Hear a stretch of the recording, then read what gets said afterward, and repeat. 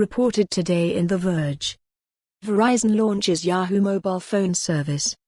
Verizon is launching a Yahoo-branded mobile phone service called Yahoo Mobile in an attempt to use consumers' total apathy toward familiarity with the Yahoo brand to kickstart a new wireless provider.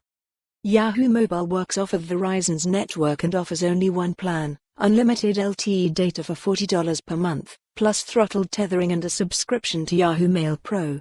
It's a good price. Verizon charges $65 per month for a prepaid unlimited plan, and AT&T charges $45 per month. If this all just feels like a lazy attempt to recycle the Yahoo brand, well, it gets worse. Yahoo Mobile is basically just a rebranded version of Visible, which is another spin-off phone service operated by Yahoo. The singular plan is the same, their websites match up beat for beat, and Yahoo Mobile even offers Visible's phone insurance plan under Visible's name. Verizon closed its purchase of Yahoo close to 3 years ago. The deal included the Yahoo brand and major web services like Flickr and Tumblr.